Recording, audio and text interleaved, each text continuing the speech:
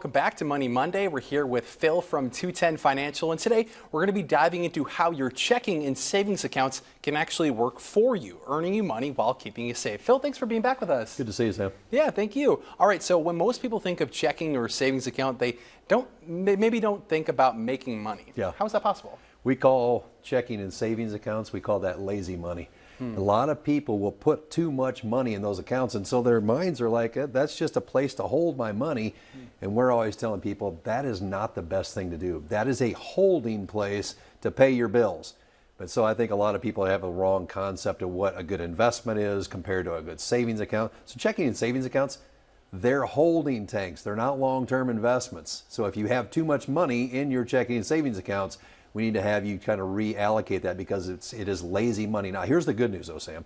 The last, 2 or 3 years, interest rates have taken off, and some of the checking and savings accounts actually earn a pretty good return now because of interest rates. However, a lot of people are stuck in the old mindset of always done business with, and they'll put in their bank or their credit union, and they don't realize there's better options for them out there. So keeping in mind, a checking savings account's a holding tank. It can earn more interest, but you have to change your mindset. Absolutely. We were talking about a little bit about rates here. Yeah. Can you explain what an APY is for people who don't know and why it matters? Yeah, a lot of people will say such and such, like a checking account or a savings account or a CD or whatever is getting a certain percentage rate. That's APR, annual percentage rate.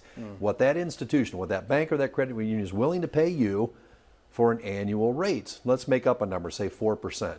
But then there's APY, that's annual percentage yield. What that means is if a bank or a credit union is willing to pay you, make up that number again, 4% per year, sometimes they pay that interest out monthly, and then the interest they pay you can also earn interest. So if the APR, the annual percentage rate is 4%, the APY might actually be more if the interest is earning interest too. So what really matters is somebody, look at my checking and my savings account. Is it earning anything or not? If it's not, let's find an account that does.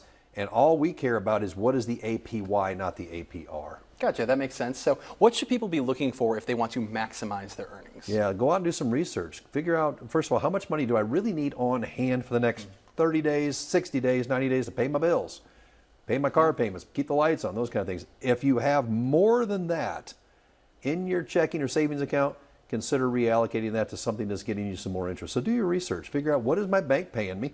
And a lot of times people they're stuck in the old way of doing it, and they just need to do some research. Is there a difference between what banks and credit unions offer for this? Greatly. A lot of times banks are they're beholden to maybe shareholders and things like that, where credit unions are member owned. And so they have, by law, they have to turn back the profits back to the members. And you'll see some local credit unions here who are very good at giving dividends and money back to their members. So a lot of times credit unions will pay more than a bank can pay.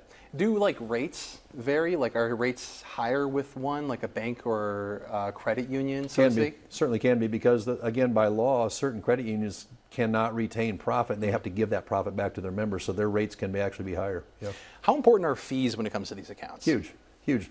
A lot of times a monthly fee inside of an account can wipe away the interest they're paying you. Yeah. So be cautious of what you're actually getting on your APY, annual percentage yield. Be careful what you're paying on fees. And a lot of times there's a lot of companies out there that will give you fee-free depending on how much money you keep with them. So it's very, very, very big deal. Absolutely. We've talked about banks, credit unions, but one thing we haven't really talked about is the higher returns when it comes from online banking or brick and mortar. Is there a difference, or does that play a factor? Absolutely huge. The traditional way of doing business is brick and mortar. It's a bank down on the corner, a credit union down on the corner. They have staff. They have real estate they got to pay for. They got to keep the lights on. They have certain expense. Online banks don't have that. Therefore, they can take that money they were putting out to expense and they can give it back to you, the consumer. So we have seen online institutions, online banks, online credit unions, their annual percentage yield is considerably higher because they take that cost they were putting into operations and give it back to you, the consumer. So my best advice to the consumer, do some research. Yeah. What's out there, what's available, and are you getting as much out of those institutions as you can? Absolutely. Are there any risks to keeping money in high interest accounts? Can be.